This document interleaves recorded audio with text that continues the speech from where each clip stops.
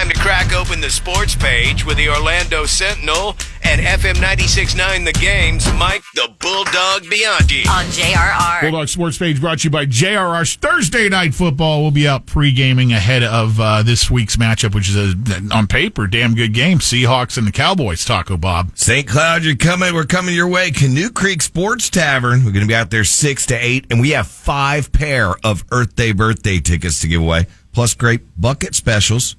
Again, Seahawks, Cowboys, Canoe Creek Sports Tavern, 6 to 8. Come on out. Bulldog, do you want to start with the clunker that was Monday Night Football? Yeah, hopefully your Thursday night game will be better than last night's Monday Night Football game. The Bears and the Vikings back to life, back to reality for Joshua Dobbs, the Vikings quarterback, who, by the way, was my fantasy starter last night. Me too. Threw 4 interceptions last night. It was just a terrible game, terrible performance. The Bears end up beating the Vikings 12-10 without scoring any touchdowns. All right, they kicked 4 field goals to get their 12 points. It was a turnover fest. I mentioned Josh Dobbs, 4 interceptions.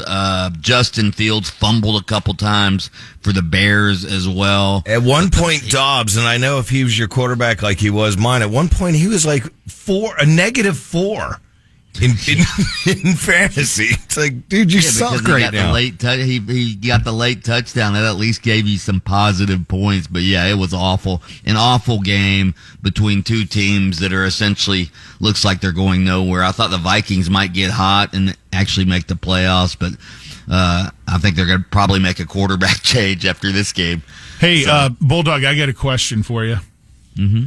Am I right in assuming that Frank Reich did not make any of the boneheaded front office moves before he came in as the Panthers coach this season, right? Yeah. But he got fired after 11 games yesterday. Mm-hmm. Second year in a row he's been fired in the middle of the season. I mean, last year he was the coach of the Indianapolis Colts. He got fired. Then he gets hired by the Carolina Panthers. They lose the Titans on Sunday, 17-10. And he's gone with a 1-10 record. They hired him after, they obviously drafted Bryce Young, number 1 overall. He was going to be the guru that sort of developed Bryce Young. Bryce Young's having an awful season, but you're right. He's not the guy who drafted Bryce Young. He could have drafted C.J. Stroud. He's looking pretty good in Houston, isn't he? Yeah, exactly. There's a sword to fall on. Somebody's got to, and right? Then the Panthers are going to lose that pick that they have for sucking this year to the Bears. Right. God. By the way, you knew Frank Reich was going to get fired because the owner of the Panthers, David Tepper, all right? David Tepper, who, by the way, fired his coach in the middle of the season last year, Matt Rule. He got fired mid-season last year. David Tepper's owned the team for a couple of years now, bought it for, over $2 billion. So he's leaving the locker room after the loss on Sunday, and it was reported by a bunch of reporters. He was leaving the locker room shouting the F word over and over again. It's funny. It's funny. Depending on whose account you read of that, some refer to it as muttering. Others were, as you said, Bulldog, shouting. Yes. Yeah. When the owner's shouting, when the owner's shouting F F F, you're going to be fired. Hey, how about LeBron James last night? Wasn't it wonderful? Lakers get blown out by the Sixers last night. LeBron, by the way, set the NBA record for number of minutes played in a career, but that didn't matter because they got blown out by the Sixers last night. What was the final score to that game? It was his worst loss ever as a Laker as they fall in Philly, 138-94. 138-94. 44-point loss. Yeah. Was that his worst loss ever as a Laker? Worst loss ever in the NBA. Take that. Yeah.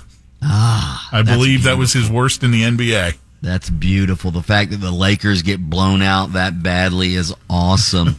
By the way, college football news, Tyler Van Dyke, the longtime Miami Hurricanes quarterback, he announced yesterday he's going in the portal.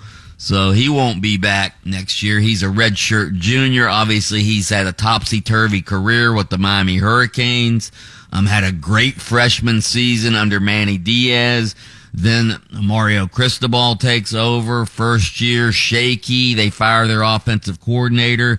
Second year, different offensive coordinator. So the guy's had 3 offensive coordinators in the last 3 years. I don't really blame him for his travails. I mean, it's hard to be a quarterback in major college football, and when you're running different systems for 3 straight years, that's pretty difficult. But he'll get picked up. Somebody will pick him up. I'm sure. I still think he's a good quarterback. Hey, I tell you, if you're Miami, if you're UCF, if you're Florida, your team may be savaged here in the coming weeks. Mm-hmm. Oh, no. Oh, they're all going to be savage. That's coming. I mean, everybody's, I'm at UCF. I'm at Javon Baker, their best receiver. You know, he could be a grad transfer. He's going to certainly get some NIL offers. So, highest bidder, free agency opens. I believe it's Saturday. Free agency opens in the transfer portal. So, yeah. Free agency. By the way, Coach Prime, he's losing recruits left and right now. They finished with 6 straight losses, 1-8 in the Pac-12. Is the shine off Coach Prime? I don't know. I haven't seen him that much.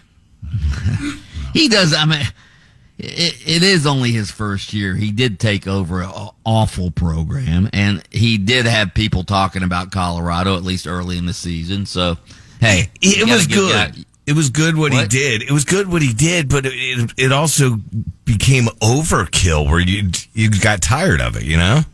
Yeah, and then you lose 6 straight games and finish 1-8 in the Pac-12, 4-8 overall, not going to a bowl game. So yeah, he's got he needs to bring some more of that Louis Vuitton luggage into Colorado. Yeah. One final note: Dolphins going to grab Jason Pierre-Paul. Yeah, it looks like he announced on social media he's coming home. He's from South Florida. So, yeah, it looks like he's leaving New Orleans, where he was on the practice squad, and coming to Miami to help replace Jalen Phillips, who tore his Achilles tendon on that bad turf at MetLife Stadium on Sunday. Friday. Mike the Bulldog Bianchi, host of Open Mic on AM 740 and FM 96.9 The Game, and sports columnist for the Orlando Sentinel, orlandosentinel.com, and Grown Man Barking. Take us out of the sports page here on JRR.